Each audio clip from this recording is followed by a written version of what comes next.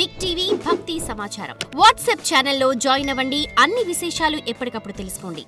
అందరికీ నమస్కారం. Welcome to భక్తి టీవీ. ఎన్నో ఆధ్యాత్మిక ప్రశ్నలకు సమాధానం చెప్పడానికి ఇప్పుడు మనతో పాటు ఐకానిక్ ఆస్ట్రాలజర్ గట్టుపల్లి సురేష్ బాబు గారు మనతో పాటు ఉన్నారు. వారితో మాట్లాడదాం. నమస్కారం గురుగారు. జై శ్రీమన్నారాయణ. గురుగారు, నిద్రలో అంటే ఎవరైతే పెళ్ళైన మహిళ ఉంటుందో ఆ మెడలో నుంచి తాలిబొట్టు కనుక బయటికి వచ్చేస్తే అశుభం అంటూ కూడా కొంతమంది ఆడవాళ్ళు అనుకుంటూ ఉంటారు. నిజంగానే అశుభం అంటారా? అది అసలు పెళ్ళి అయిన వారు ఎవరైనా తాలిబొట్టు వేసుకుని నిద్రపోతున్నారా ఈ రోజుల్లో? కొంతమంది వేసుకుంటున్నారా? పోనీ వేసుకుంటున్నారా? చాలా మట్టుకైతే వేసుకోవట్లేదు చాలా మంది. ఇది వేసుకున్న వాళ్ళు వాస్తవం అయితే ఇదే కదా. అవును. అయితే ఇక్కడ ఒకటి చిన్న విషయం ఏంటంటే కనుక మనము నిద్రించేటప్పుడు తాలిబొట్టు కావచ్చు, పుస్తులు కావచ్చు, నల్లపూసలు కావచ్చు, ఏమైనా ధరించి కనుక పడుకుంటే ఇబ్బంది ఏం లేదు. దానివలన ప్రాబ్లం అయితే లేదు, ఇబ్బంది లేదు. మనము నిద్రించేటప్పుడు మన శరీరం మనకు తెలియదు. అవును. మనం ఎలాగా పడుకుంటున్నాము, ఎలా ఉంటున్నాము అనేది మనకు తెలియదు. శ్వాస అనేది వెళ్ళిపోతుంది అంతే. కానీ మనకి తెలియకుండా జరిగేసి అవి అటు ఇటు కదిలి బయటికి వచ్చినా అవి అక్కడ వదిలేసినా దానివల్ల ప్రాబ్లం లేదు, ఇబ్బంది లేదు. ఒకవేళ భర్తలో ఏదన్నా చెడు అనుభవం కానీ, చెడు ఉద్దేశం కానీ, భర్తలో ఏదైనా చెడు ఆలోచన కానీ, భర్తలో ఏదైనా మార్పు రావాలనుకుంటే ఆ మార్పు వచ్చి మంచితనానికి చేయటవుతుంది. అంతేగాని వేరే విధంగా అయితే కాదు. భర్తకి ఇబ్బంది కలగటము, లేకపోతే ప్రాబ్లం ఉండటము, గండాలు ఉండటము, ఆ 3 నెలలలోపు ఏదైనా ఇబ్బంది కలగడం ఇట్లాంటి ఏమి ఉండవు. భర్తలో మార్పు వస్తుంది, మంచితనానికి చిహ్నంగా అవుతుంది. భర్తలో ఏదైనా చెడు వ్యసనాలు ఉంటే అవి తప్పిపోతుందని అర్థం. అంతమించి వేరే అశుభం అయితే ఏం కలగదండి. దానివల్ల భయపడాల్సిన అవసరం లేదు. దీనివల్ల ఏంటంటే వేసుకున్న 10 మంది కూడా తీసేసి బీరోలో దీనివల్ల 10 మంది వేసుకుంటున్నారు కదా, వాళ్ళు కూడా తీసేసి ఆ ఫ్రిడ్జ్లో పెట్టేస్తారు చల్లగా ఉంటుందని. అట్లా ఏం లేదు. పుస్తులు తారు వల్ల నిద్రపోవటం వల్ల దానికి సంబంధమే లేదు. ఎందుకంటే ఇప్పుడు దీని వంటలు ఏంటంటే లేకపోతే వేసుకొని దాన్ని కట్టుకొని గట్టిగా నడుము కట్టేసుకుంటారు కదలకుండా. అయితే గురుగారు, ఈ రోజుల్లో ఫంక్షన్స్కి లేకపోతే పెళ్ళిళ్ళకి మాత్రమే అలంకరణగా మారుతున్న పుస్తెల తాడు అనేది దాని ప్రాముఖ్యత గురించి ఒకసారి చెప్పండి. ఎందుకంటే అన్ని ఆభరణాల లాగానే అది కూడా ఒక ఆభరణం అయిపోయిందే తప్ప పవిత్రంగా లేదని చెప్పొచ్చు. దాని గురించి ఒకసారి. కాలం చెప్తుంది ఏంటంటే అనుగుణంగా మారమని చెప్తుంది. ఈ రోజులు ఏంటంటే మోడల్ టెక్నాలజీలో వచ్చింది కాబట్టి ఈ టెక్నాలజీలో ఏమవుతుందంటే పుస్తుల తాడికి విలువ లేకుండా పోయింది. దానివల్లనే పుస్తుల తాడు పెళ్ళి అయిన తర్వాత మనము ధరించకపోతే వచ్చే లోపాలు ఏంటంటే కనుక ఎఫైర్స్ పెట్టుకోవటం, చెడు వ్యసనాలకు బానిస అవటం, చికాకులు, గొడవలు, ఆలోచన విధానం మారిపోవటం, భర్త మీద ప్రేమ తగ్గిపోవటం, భార్య మీద ప్రేమ తగ్గిపోవటం, పిల్లల మీద ప్రేమ తగ్గిపోవటం, వ్యామోహం లేకపోవటం, కొంతకాలం అవగానే బోర్ వేసింది అనిపోయటం. బోర్ అంటే ఇంట్లో వేసే బోర్ వాటర్ కాదు, వాళ్ళిద్దరికి పడకపోవడం, చిరాకులు ఇవన్నీ ఉంటాయన్నమాట. ఇవన్నీ కూడా ఏంటంటే భర్త మనకి లభించగానే, భార్య మనకి లభించగానే కొన్ని ఆధారాలుగా, కొన్ని వస్తువులుగా, కొన్ని ప్రమాణాల పూర్తిగా ఆ దేవుణ్ణి ఆహ్వానించి ప్రమాణాలు ఉంటాయి. కొన్ని అరుంధతి దగ్గర కావచ్చు, గౌరీమాత దగ్గర కావచ్చు, ఇలా ప్రమాణాలు కొన్ని ఉంటాయి. ఆ ప్రమాణాలు అగ్ని సాక్షిగా, అలానే నీటి సాక్షిగా, ఇలానే మనకి గాలి సాక్షిగా, ఇలా పంచభూతాల సాక్షిగా మన ప్రమాణాలు అయితే ఖచ్చితంగా ఉంటాయి. 3 ముళ్ళ బంధం అనేది ఏంటంటే ఆ బంధం విడిపోకూడదని కొన్ని జ్ఞాపకాలు ఉంటాయి. అవి ఏంటంటే పుస్తులు ఉంటాయి, అలానే కంకణాలు ఉంటాయి, మగవారికి అయితే జంజం ఉంటుంది, అలానే మనకి ఈ ఒక తాలిబొట్టు ఉంటుంది, పాపిడి బొట్టు ఉంటుంది, అలానే నుదుటి బొట్టు ఉంటుంది, గంధము ధారణ ఉంటుంది. ఇవన్నీ కూడా ఖచ్చితంగా స్త్రీ దాన్ని ధరించుకోవాలి అనే ఒక ఆచారం అయితే ఉంటుంది. ఇవి ఉండటం వల్ల ఏంటంటే ఎవరికన్నే మనము చూసేటువంటి చూపు చాలా చెడ్డది. మనిషిలో చెడ్డది ఏంటి అంటే ప్రతి మనిషిలోనూ ముందు కళ్ళు, తర్వాత చెవులు, మూడోది నోరు. ఈ 3 చాలా ప్రమాదకరమైనవి. ప్రతి మనిషి జీవితంలో ఈ 3 చాలా ప్రమాదకరమైనవి. కాబట్టి ఎదుటి వాళ్ళని ఎవరైనా చూసినప్పుడు గబక్కన మనం చూసి మన మైండ్ సెట్ మారకముందే అయ్యో నాకు పెళ్ళైపోయింది అనే ఒక ఆచారం మనకు తెలియాలి. భర్తకు కూడా కొన్ని ఉంటాయి. మనకి పాత రోజుల్లో అయితే మన ధర్మం ఏం చెప్తుందంటే భర్తకు కూడా పెళ్ళి అయిందని జంజధారణ ఉంటుంది, ఉంగరం ఉంటుంది, అలానే ఈ యొక్క కణితకి బ్లాస్లెట్ లాంటిది ఒకటి ఉంటుంది అన్నమాట, కంకణ ధారణ అంటారు. కాలికి కానీ చేతికి కానీ వేస్తారు కంకర ధారణ. అలానే కొన్ని సిద్ధాంతాల్లో అయితే కాలికి మెట్లు కూడా మగవారికి పెడతారు, కుడి కాలుకు పెడతారు, మగవారికి మెట్లు పెడతారు. మీరు చూసినట్టయితే కనుక శ్రీరామచంద్రమూర్తికి కూడా మెట్లు ఉంటాయి, అలానే వెంకటేశ్వర స్వామికి మెట్లు ఉంటాయి, అలానే కృష్ణుడికి మెట్లు ఉంటాయి, బలరాముడికి మెట్లు ఉంటాయి. అలానే ప్రతి వారికి కూడా పెళ్ళి అవ్వగానే మెట్లు అనేది పెడతారు. మగవారికి కూడా మెట్లు పెడతారనమాట. పెట్టడం వల్ల ఎవరైనా చూసినప్పుడు కూడా ఫస్ట్ అందుకోసమే కాలు చూస్తారు. కాల్ చూసిన తర్వాత స్కానింగ్ కింద నుంచి అవుతుందన్నమాట. ఆ కాల్ చూడగానే వారి ఆలోచన మారిపోతుంది. ఓహో, ఓకే, మనం కదిలించకూడదు, పవిత్రంగా చూసుకోవాలి, ఒక ఏదో సోదరి భావంతోనో లేకపోతే ఏదో ఒక రకమైన భావన మనకు కలగాలి అనిపించేసి ఉంటుందన్నమాట. లేదంటే కనుక మన మీద ఎదుటివారు చూసేటువంటి చూపు మనకి చాలా ప్రమాదకరం. అది నరదిష్టి ఉంటుంది, ఆ తర్వాత నరఘోష ఉంటుంది, ఆ తర్వాత ఇంక ఎట్లయినా వెళ్ళిపోవచ్చు. అది ఈ రోజులో అయితే మర్డర్ చేసేంత పరిస్థితికి వెళ్ళిపోయింది. అవును, బాయ్ ఫ్రెండ్ గురించి భర్తని మర్డర్ చేసే స్థాయికి వెళ్ళిపోయింది.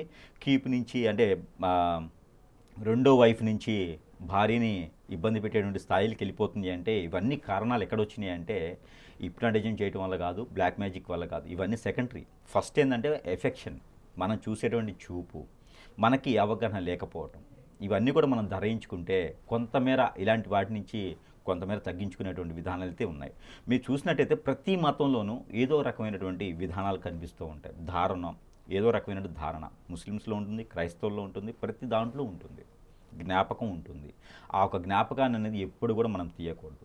అలంకరణ చేసుకోవచ్చు, పార్టీలకి వెళ్ళొచ్చు, కానీ ఇవనేది కూడా కొంచెం బాధ్యతపూర్వకంగా ఉంటే అవన్నీ కూడా మనకి ఇప్పుడు ఈరోజు జరిగేటువంటి అన్యాయాలు, అక్రమాలు, క్రైములు ఏవైతే ఉన్నాయో ఇవి ఖచ్చితంగా తగ్గుతాయి. ఇంట్లో పెద్దవారు కూడా చెప్పాలి. పెళ్ళి కాకముందు అనేది ఒకటి, పెళ్ళి అయిన తర్వాత నువ్వు ఎలా నడుచుకోవాలి, ఎలా ఉండాలని చెప్పాలి. ఈ రోజుల్లో ఎలా ఉందంటే, అమ్మ అల్లుడు సరిగా చూసుకోవట్లేదా, వచ్చేసి నేను చూసుకుంటా కదా అంటే ఈవిడేం చూస్తుంది, ఈవిడేం చూడదు. ఇక వద్దు, మనం ఇంత కట్లో డబ్బులు ఇచ్చాం కదా, మనకేం తక్కువ, నువ్వు 40 లక్షలు సంపాదిస్తున్నావు, మన దగ్గర మళ్ళీ చూసుకుందాం అంటే కూతుర్ని పేరెంట్సే చెడగొడుతున్నారు, కొడుకుని పేరెంట్సే చెడగొడుతున్నారు. కట్నాల వలనో, గౌరీస్ వలనో, లేకపోతే ఇంకా దురాశ వలనో చెడగొడుతూ ఉన్నారు. ఇవన్నీ కూడా తెలుసుకోవాలి. తెలుసుకుంటేనే మనకి ఈ రోజున క్రైమ్స్ అనేది తగ్గుతుంది. లేదా మళ్ళీ బాల్య వివాహాలకి వెళ్ళిపోవాలి. బాల్య వివాహాలు చేసుకుంటే ఏమైందంటే మనం ఇందాక అనుకున్నట్టుగా వారి ఆలోచన పెద్దల దగ్గర పెరుగుతుంది. ఆ పెళ్ళి అవుతుంది అనగానే ఆ తరుణంలో 11 సంవత్సరాలు 7 సంవత్సరాల వయసులో ఉన్న పిల్లలకి ఏం తెలియదు కాబట్టి తెలిసేటప్పటికీ ఇతనే భార్య, ఈవిడే భార్య, ఇతనే భర్త, ఇంకేం తెలియదు, ప్రపంచం తెలియదు. అలా జీవితకాలం నడిచిపోతుంది. అలా ఉండడం వల్ల పక్క జీవితాలు పోగొడవకుండా ఉంటాయి. పక్కిళ్ళు తగలబడుతుందంటే మన ఇంట్లో నిప్పేసుకుంటే కూడా పక్కిళ్ళు తగలబడుతుంది. అట్లానే మనము సరిగా ఉంటే ఎదుటివారు సరిగా ఉంటారు. మన ఆలోచన ప్రకారంగా మాత్రం ఖచ్చితంగా ఉండాలి. ఈ రోజుల్లో దురాశ దుఃఖానికి చేయటని దురాశ ఎక్కువైపోతూ ఉంది. ఆలోచన విధానం మార్చుకోవాలి. ఖచ్చితంగా పుస్తుల స్థాడు నిద్రలో తొలగడం వలన ఇబ్బంది అయితే కలగదు. ఆ మార్చుకునేటువంటి విధానం ఉంటే కనుక ఖచ్చితంగా అవుతుంది. ఇంకో విషయం ఏంటంటే ఈ సందర్భంగా పుస్తుల తాడు ఏదైతే తాలిబొట్లు ఏవైతే ఉన్నాయో ఆ తాలిబొట్లు మార్చుకునేటప్పుడు కూడా ఒక పద్ధతి ఉంటుంది. అది ఏంటంటే కనుక అంటే ఎంత పవిత్రంగా ఉండాలి దానికి చిన్న మాటలో ఆ పవిత్రత ఏంటంటే గురువారం కానీ లేదా బుధవారం కానీ సోమవారం కానీ ఈ 3 వారాల్లోనే మార్చుకోవాలి. ఈ 3 వారాల్లోనే అంటే 3 రోజుల్లోనే మనం తాలిబొట్లు మార్చుకోవాలి. అందులోనూ మంచి నక్షత్రమై ఉండాలి, మంచి తిథి ఉండాలి. అట్లా ఉన్న రోజుల్లో సాయం సంధ్య వేళలో మార్చుకోకూడదు, గడప దగ్గర కూర్చొని మార్చుకోకూడదు, నట్టింట్లో మార్చుకోకూడదు. సమయం చూసుకొని పీట మీద కూర్చోవాలి. పెళ్ళికి ఏ విధంగా అయితే కూర్చుంటామో అదే విధంగా పీట మీద కూర్చోవాలి. నోట్లోంచి మాట రాకూడదు. ఈ రోజుల్లో పెళ్ళి అవుతుందంటే పెళ్ళి ఒక 10 నిమిషాలు ఉందంగా భుజిస్తారు. పెళ్లి రోజున పొద్దునుంచి సాయంత్రం వరకు కూడా పెళ్లి రోజున అసలు ఏం తినకూడదు, ఫాస్టింగ్ ఉండాలి, ఎంతో పద్ధతిగా ఉండాలి, పెళ్ళికి ఎంతో పవిత్రంగా ఉండాలి, అమ్మవారికి పూజించుకోవాలి. అదేవిధంగా పుస్తులు మార్చుకునేటప్పుడు కూడా అదేవిధంగా మౌనవ్రతం పాటించాలి. మాట్లాడకూడదు, మాట్లాడాయి అనర్హంగా అవి చెడుగా వెళ్ళిపోతాయి. మాట్లాడకూడదు, మనం మాట్లాడే మాట కూడా చెడుగా అవుతుంది అనమాట. ఇద్దరి మధ్యన తగాదులు అయితే ఒక్క సెకండ్ అంటే దారం నుంచి దారము ముడియేసే లోపే ఆ గాలి చూకకూడదు. అంత పవిత్రంగా ముళ్ళు వేసుకోవాలి. భర్త అందుబాటులో ఉంటే భర్త చేతనే మళ్ళీ ముడేయించుకోవాలి. 3 ముళ్ళు మళ్ళీ భర్త చేతనే వేయించుకోవాలి. లేని సక్షాన వారి తల్లిగారి తరపు నుంచైనా వేయించుకోవాలి, అంటే అత్తగారి తరపు నుంచైనా ముడేయించుకోవాలి, లేదా ఆడబిడ్డ ముడి వేయించుకోవాలి. అంతేగాని నేను వేసేసుకుంటాను అని చెప్పేస్తే అవ్వదు. అది అంతవరకు కూడా మౌనం పాటించాలి. ఇన్ని రకాల నియమాలు చేస్తేనే ఆ ఒక భర్తకు కావచ్చు, భార్యకు కావచ్చు విధి విధానాలలో బాగుంటుంది. అలానే 7 తరాలు కూడా బాగుంటుంది. అయితే గురుగారు, ఈ మధ్య నేను ఒక వీడియో చూశాను గురుగారు. ఆ గురూజీ ఏమంటున్నారంటే నల్ల పూసలు అంటే ఇప్పుడు బ్లాక్ బీట్స్ అని చాలామంది యూజ్ చేస్తూ ఉంటారు, వాటిని ధరించకూడదు, మన పురాణాల్లో కూడా అవి లేవు అంటున్నారు. కానీ మన హిందూ సాంప్రదాయంలో మాత్రం నల్ల పూసలు అనేవి చాలామంది కూడా ధరిస్తూ ఉంటారు, పవిత్రం అంటూ ఉంటారు. అసలు నిజంగానే అది మన ఆచారంలో లేదంటారు? ఖచ్చితంగా నల్ల పూసలు ధరించాలి, ఎర్ర పూసలు ధరించాలి. కొన్ని ఆచారాలు అయితే బ్లూ కలరు, కొన్ని ఆచారాల్లో అయితే ఇంకా ఎల్లో కలర్ కూడా ధరిస్తారు. అవును. దానికి రీజన్ ఏంటంటే కనుక భర్త ఉన్నతమైనటువంటి స్థానంలో ఉండాలనుకున్న వారు ఎల్లో పూస వేస్తారు.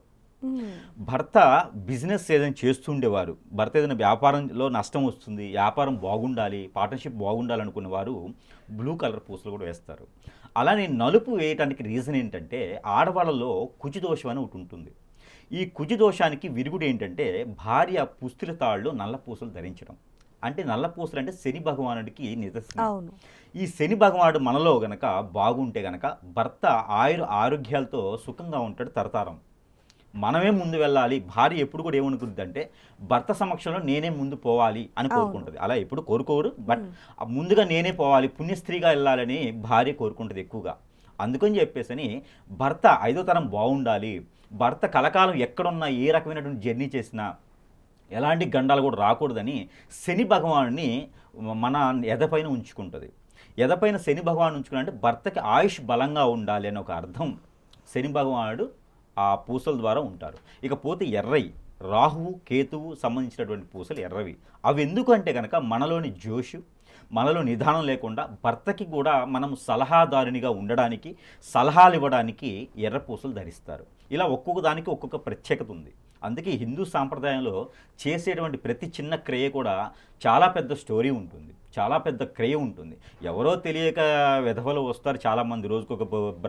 రోజుకొక గురువు పుడుతూనే ఉన్నాడు, వాడికి నచ్చింది చెప్తూనే ఉన్నాడు. దానివల్ల సమాజమే కాదు ప్రపంచమే నాశనమైపోవడానికి పుడుతుంటారు ఇలాంటి వాళ్ళు. అయితే మనకి నల్లపూసలు ధరించడం వల్ల ఏంటంటే భర్తలో ఆయుష్ అనేది క్షణం కాకుండా ఆయుక్షణం బాగుండేందుకు, గండాలేం లేనందుకు నల్లపూసలు ధరించాల్సిందే ఖచ్చితంగా. నల్లపూసలు ధరించవచ్చు, నల్లధారణ చేసుకోవచ్చు, ఇబ్బంది అయితే ఏం లేదు. నిజంగా పసుపు తాడు కూడా రీజన్ ఏంటి అంటే పిల్లలు అందరూ కూడా పుట్టాలి, బాగుండాలి, సుఖంగా ఉండాలని పసుపు తాడు ధరిస్తారు. దేనిలో కూడా విజయం పొందాలని పసుపు తాడు ధరిస్తారు. మంగళసూత్రంకి సంబంధించి ఎన్నో విషయాలు మాతో పంచుకున్నారు. ధన్యవాదాలు గురుగారు. For more videos like this, subscribe Big TV channel.